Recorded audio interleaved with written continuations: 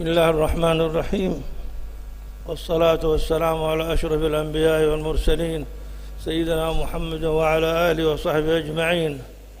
الحمد لله على هذه النعمة الفخيمة والنعمة الكريمة التي حبانا الله بها، مثل هذه المجالس، مجالس القوم، قوم إذا أرخى الظلام ستوره لم تلفهم رهن الوطا والمضجع، بل تلقهم عمد المحارب قوما لله أكرم بالسجود الركع، يتلون آيات القرآن تدبرا فيه ولا كالغافل المتوزع، ثبتوا على قدم الرسول وصحبه والتابعين لهم، فسل وتتبعي ومضوا على قصد السبيل إلى العلا قدما على قدم بجد أوزعي.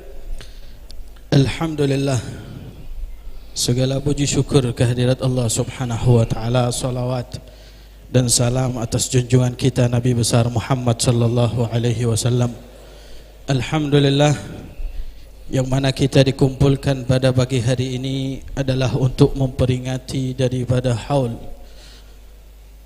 kaum rijal Allah Subhanahu wa taala yang telah disebutkan oleh Al-Habib Abdullah bin Alawi Al-Haddad, di mana mereka adalah kaum apabila di malam hari mereka sujud kepada Allah Subhanahu wa taala, rukuk kepada Allah seperti mihrab dan seperti tiang-tiang yang berdiri karena banyaknya beribadah kepada Allah. Mereka membaca daripada Al-Quran di malam hari.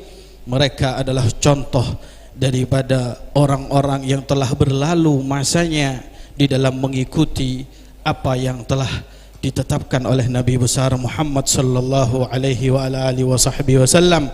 Mereka adalah orang yang berjalan di dalam jalan Nabi Muhammad sallallahu alaihi wasallam dengan bersungguh-sungguh, setapak demi setapak menuju Nabi besar Muhammad sallallahu alaihi wa alihi wasallam. Lakum bushra al-ijabati wal qabuli min al-maula biwasitati ar-rasul, wasaltum fajtama'tum wattasaltum fakana al-wasl fa'idatu al-wusuli. ألا يا مرحبا أهلا وسهلا بكم يا نسل طه والبتول، نزلتم في منازلنا فزادت بكم شرفا تضاعف بالنزول. Alhamdulillah, kata beliau, kalian semuanya yang ada di sini mendapatkan kabar gembira karena kita semuanya bersambung dengan Nabi besar Muhammad sallallahu alaihi wa alihi wasallam. Dan kita semuanya berada di dalam tempat-tempat yang telah disiapkan oleh kami, yaitu adalah para awliya wa salihin, untuk mendapatkan inayah, mendapatkan rahmat dari Allah Subhanahu wa ta'ala.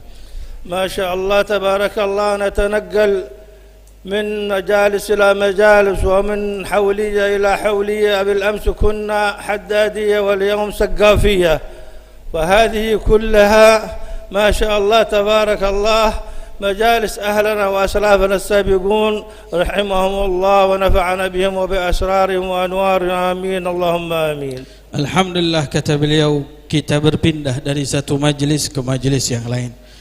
Dari majlis yang kemarin kita duduk bersama untuk berada di dalam keluarga Al-Haddad, dan kita pada saat ini berada di dalam keluarga As-Saggaf. Mudah-mudahan dengan kumpulan-kumpulan ini kita semuanya mendapatkan rahmat dari Allah Subhanahu wa taala, pandangan dari Allah Subhanahu wa taala, inayah dari Allah Subhanahu wa taala. سمعنا هذه المناقب، والأمس سمعنا مناقب الإمام أحد ذرية الإمام الحداد، واليوم ذرية الإمام السقاف. مناقب، ما هي المناقب؟ هي السيرة الذاتية لأعمال ذلك الشيخ، ذلك الحبيب الذي تقدم، واليوم نحن في حولية الحبيب جعفر بن شيخان السقاف. ماذا سمعنا في سيرته الذاتية؟ سمعتها بالعربية وسمعناها بالإندونيسية. هل عندنا فيها مثقال ذرة من تلك المناقب؟ حاسبوا أنفسكم قبل أن تحاسبوا. Pada tadi kita telah mengikuti daripada acara bagaimana sejarah daripada manaqib para awliya wa salihin. Manaqib yang kemarin kita telah dengar bagaimana manaqib daripada Al-Haddad Al-Habib Husain, dan pada hari ini kita telah dengar manaqib daripada Al-Habib Ja'far bin Shaykhan As-Saggaf. Manaqib itu adalah ibarat tentang sejarah hidup daripada beliau para awliya wa salihin, di mana kita telah mendengar bagaimana akhlak dan budi pekerti daripada mereka para aulia wa salihin, tapi apakah ada satu di antara akhlak-akhlak mereka itu yang telah kita ambil? Adakah satu daripada sifat-sifat mereka yang telah kita laksanakan? Ketahuilah, kita semuanya bakal dihisab oleh Allah Subhanahu wa taala. Maka hisablah diri kita. Kita telah hadir pada saat ini sebelum nanti di hari kiamat kita dihisab oleh Allah Subhanahu wa taala. ولو أردنا أن نكتب شيء من سيرتنا الذاتية ماذا سنكتب عنها؟ ماذا سنضع في تلك السيرة الذاتية التي تخصنا جميعا وأولهم الفقير؟ ماذا سأكتب عن حياتي؟ لما يكتب إذا أردت أن تتوظف في مكان قال لك اكتب السيرة الذاتية. أما سيرتنا الذاتية للعمل، اشتغلت هنا واشتغلت هنا وعملت هنا وخبرات للأعمال التي قمت بها، لا تكتب فيها شيء من أعمالك الصالحة أبدا، تلك أعمال دنيوية بحتة. ولكن ماذا سمعنا عن هذه الأعمال التي تكلموا عنها الإخوان وترجموها باللغتين العربية والإندونيسية؟ Kalau kita lihat berbalik dengan sejarah daripada hidup kita, kita lihat daripada keseharian kita, apa yang telah kita laksanakan di dalam kehidupan kita, di dalam pekerjaan kita, semuanya mungkin berisi daripada amal ini, amal itu, yang mungkin murni berisi daripada amal-amal duniawi. Tapi kalau kita lihat sejarah yang telah disampaikan tadi berbahasa Arab ataupun berbahasa Indonesia, bagaimana sejarah para aulia yang mereka murni berada di dalam dunia akhirat. كان تلكم القوم لا يرون من نفسهم شيئا أبدا، تواضع، من تواضع رفعه الله ومن تكبر وضعه الله. مثل ما سمعتم أخلاقهم عالية جدا، لا يرون من نفسه. إذا كان الإمام الحبيب عبد الله بن حسين بن طاهر رحمه الله ونفعنا بأسراره وعلومه في الدارين، كان يقول ماذا؟ يا رب ما معنا عمل وكسبنا كله زلل، لكن لنا فيك أمل تحيي العظام الرامة. أي عظام رامة؟ نحن عظامنا رامة، نحن عظامنا هشة، نحن ليس معنا ولا مثقال ذرة مما معهم من الأعمال. كان يقول رضي الله عنه، يقول لأولاده حد عنده منكم وقت بيبيعه بشتري منه، وقد أهدى له في ذات مرة أحد الزوار ساعة منبه حق للصلاة، هذه الساعة المنبه الساعة زمان أول كانت ما في بيتري، كانوا يعبونها بالفير هكذا الساعة. قالوا ما شاء الله ساعة زين ذي يا خيري ما شاء الله منبه، لكن ما عندي وقت أعبيها. لا إله إلا الله، ما عنده وقت يعبي الساعة بالفير هذا. ونحن اليوم أوقات تهدر عندنا صباحا ومساء. Kalau kita lihat bagaimana sejarah hidup daripada mereka yang luar biasa, tapi mereka selalu menyertai apa yang telah mereka laksanakan tersebut dengan rasa rendah hati. Mereka mempunyai rasa rendah hati, tawadhu, walaupun dengan amal perbuatan saleh yang begitu luar biasa. Mereka para aulia seperti Al-Habib Abdullah bin Husain bin Tahir, ketika beliau mengatakan, Ya Rabbi ma ma'ana amal, Ya Allah kami ini tidak punya amal, seluruh daripada amal perbuatan kami itu berisi tergelincir dan banyak daripada dosa. Dosa-dosa yang kita laksanakan ya Allah itu akan semuanya akan membuat daripada anggota tubuh kita, tulang-tulang kita akan hancur. Sebetulnya yang hancur bukanlah mereka, kita yang mempunyai tulang-tulang hancur karena banyak dosa atas apa yang kita laksanakan. Sampai-sampai Al-Habib Abdullah bin Husain bin Tahir beliau pun mengatakan kepada anak-anaknya, begitu hebatnya amal ibadah beliau, sampai beliau mengatakan, adakah di antara kalian yang mempunyai waktu yang bisa aku beli dan aku gunakan untuk beramal saleh? Bahkan beliau Al-Habib Abdullah bin Husain bin Tahir pernah diberi hadiah sebuah jam oleh seseorang. Hadiah jam yang pada saat itu jam itu adalah sebuah hal yang mahal dan luar biasa. Beliau ambil daripada jam tersebut, tapi pemberi hadiah mengatakan kepadanya, Habib ini akan bisa bekerja kalau diputar. Apa kata Habib Abdullah bin Husain bin Tahir? Saya itu tidak ada waktu untuk memutar jam ini tadi. Lebih baik kamu pegang. Tidak ada waktu untuk memutar daripada jam. Aulia wassalihin, mereka memanfaatkan waktunya yang begitu luar biasa. Kita tiap hari waktu kita berlalu begitu saja. سيماهم التواضع وقطع كل قاطع. إذا كان الإمام سيدنا عمر المحضار يقول من أنا لولاكم وأنتم والآن يشهدون عندكم من أنا. سيدنا عمر المحضار من كبار القوم، تسمعوه ترون صورة المسجد في تريم، من أنا لولاكم وأنتم. هذا عمر المحضار يقول. وأبو مخرمة يقول ماذا؟ يقول العلامة الكبير يقول إذا كنت تبغى السلامة تأدب. أين الأدب الذي فينا؟ أين الأخلاق التي عندنا؟ ليس لنا من ذلك شيء أبدا. تدخل المناقب والنصائح، نصيحة حبيب قم تكلم نصيحة كما تدخل من هذه وتخرج من هذه، ويقول ما شاء الله الحبيب فلان تكلم كلام زين لكن أنا ما أعرف شيء من كلامه. ما شاء الله. Mereka alamat daripada mereka para aulia, mereka adalah mempunyai sifat yang tawadhu, itu yang dimiliki oleh mereka. Tengok daripada Sayyidina Umar Muhdar bin Abdurrahman As-Saggaf, beliau pun sering mengatakan, dan di dalam qasidah yang kadang kita telah dengar, bahkan di berbagai macam majelis telah dilantunkan dengan berbagai macam suara-suara, man ana laulakum. Siapa saya Umar Muhdar? Siapa saya Umar Muhdar kalau bukan karena mereka orang-orang soleh. Beliau mempunyai rasa tawadhu, merasa dirinya adalah orang yang rendah di sisi Allah Subhanahu wa taala, padahal akhlak mulia daripada beliau yang luar biasa yang dimiliki oleh beliau. Sedangkan diri kita yang banyak daripada dosa ini, yang banyak menghilangkan daripada waktu-waktunya, banyak di antara diri kita yang tidak memanfaatkan daripada waktu yang telah diberikan oleh Allah, dan kita banyak merasa sombong terhadap hal tersebut. الآن لو نسأل واحد ما اسمك؟ اسمي فلان بن فلان بن فلان بن فلان بن فلان السقاف. ماذا تعرف عن جدك؟ ما أعرف شيء، خلاص انتهى كل شيء. جاء أحدهم إلى عند سيدنا الإمام الحداد وقال له أنا فلان بن فلان بن فلان. قال هذا ما عرفناه عنك، هو لابس عمامة ما شاء الله كما حقي وأكبر من حقي هذه. قال أما هذا إذا كنت أنت صورة ولا شيء صورة عمامة وصورة ولا شيء في المقصورة فبئس بك. فعلينا أن نتعرف مثل هذه المناقب، إن كان من العيدروس وإن كان من السقاف وإن كان من الشاطري، كونوا اقتداء ولو حتى مثل هذا الحبيب توفيق السقاف. توفيق السقاف ما نقولها يعني نفاقا أو رياء له أبدا، وإنما هذه حقيقة لهذا الحبيب عندكم. عضوا عليه بالنواجذ، أكثر من كذا نقول لكم جزاه الله خير عنا وعنكم أفضل الجزاء. له مقام عظيم في هذا المكان، وهذا اليوم العظيم هو شرف لنا أن نقوم ونتكلم، ونحن لسنا أهلا للكلام ولا للتذكير، ونحن بحاجة إلى من يذكرنا ومن ينصحنا. نرجو من الله أن يوفق الجميع ما يحب ويرضاه. Kadang banyak di antara diri kita ditanya, siapa nama kamu? Saya adalah Fulan bin Fulan As-Saggaf. Saya adalah Fulan bin Fulan dari keturunan orang-orang baik.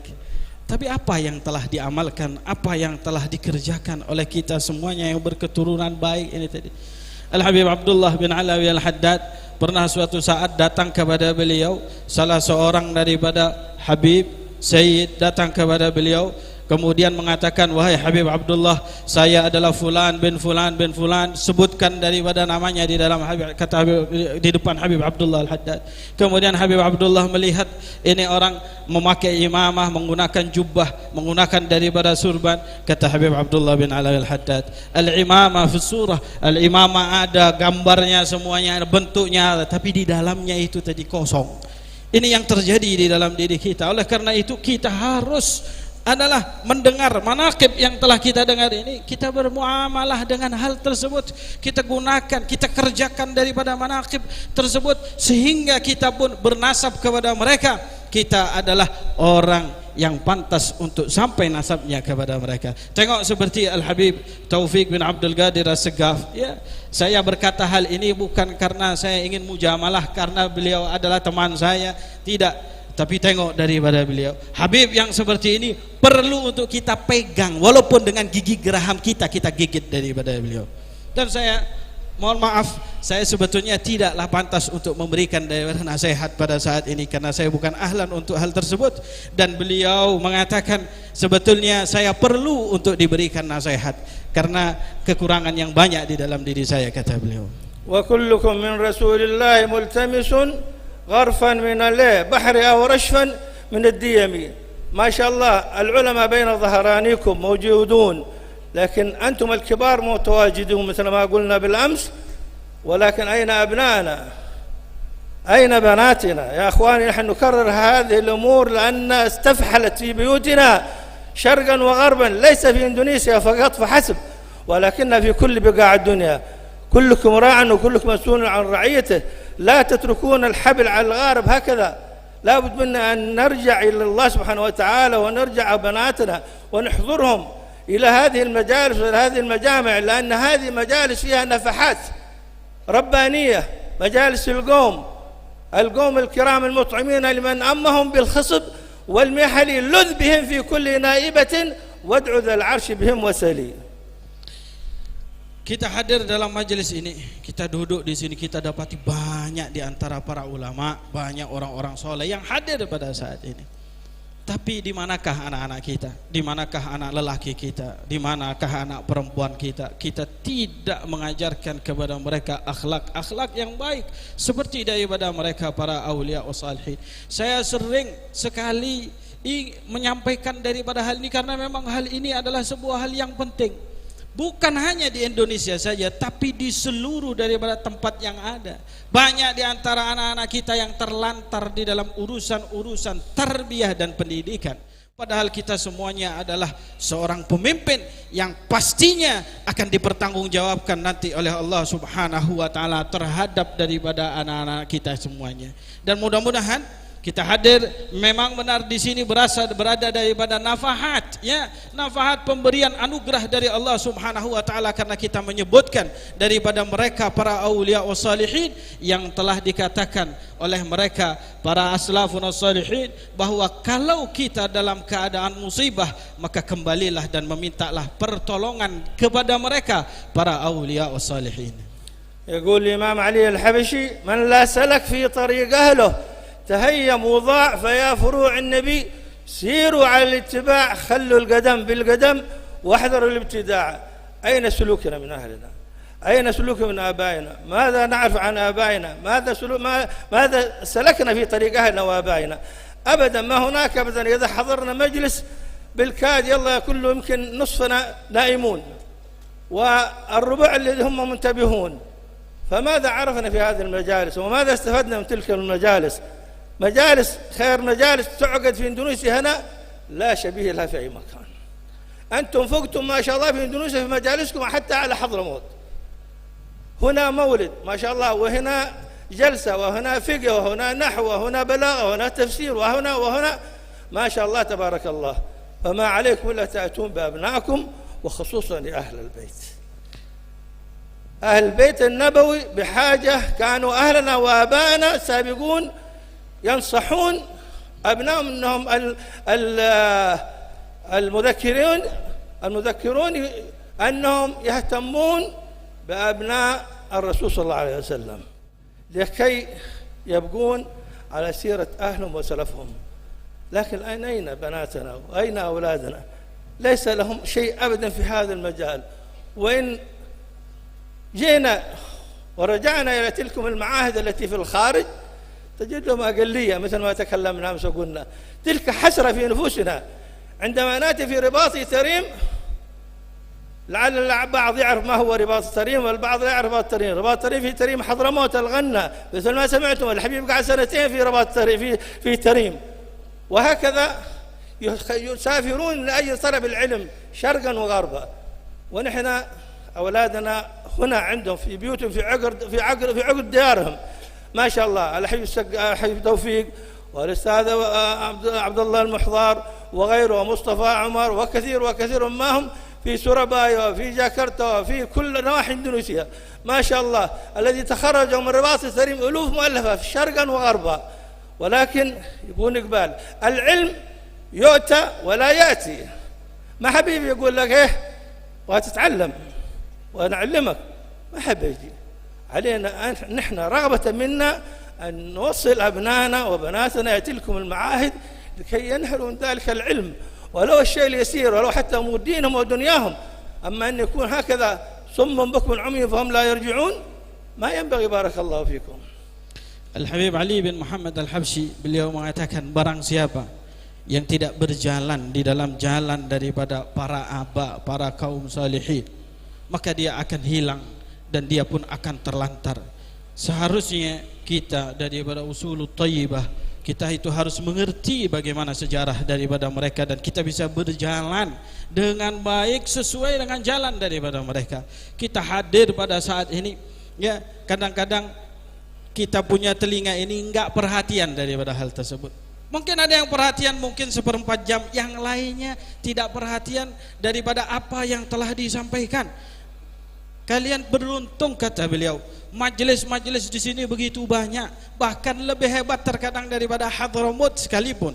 Di setiap tempat ada majelis tafsir, ada majelis salawat, ada majelis zikir, dimanapun itu tadi majelis di Indonesia ini tadi begitu banyak. Tapi mana orang-orang yang memanfaatkan daripada majelis tersebut? Khususnya para salafun as-salih itu, para mudzakkirun, mereka orang-orang yang berceramah itu biasanya para salaf, mereka itu lebih banyak mengingatkan daripada keluarga mereka sendiri, mengingatkan daripada ahlu baiti Rasulullah sallallahu alaihi wasallam untuk berjalan di dalam sejarah daripada mereka para salafun as-salih. Kami sungguh merasa menyesal, ada penyesalan dalam hati kami karena banyak sekali yang mau belajar itu bukanlah daripada ahlu baiti Rasulullah SAW, dan banyak sekali yang belajar di sana di tempat kami di Ribat Tarim.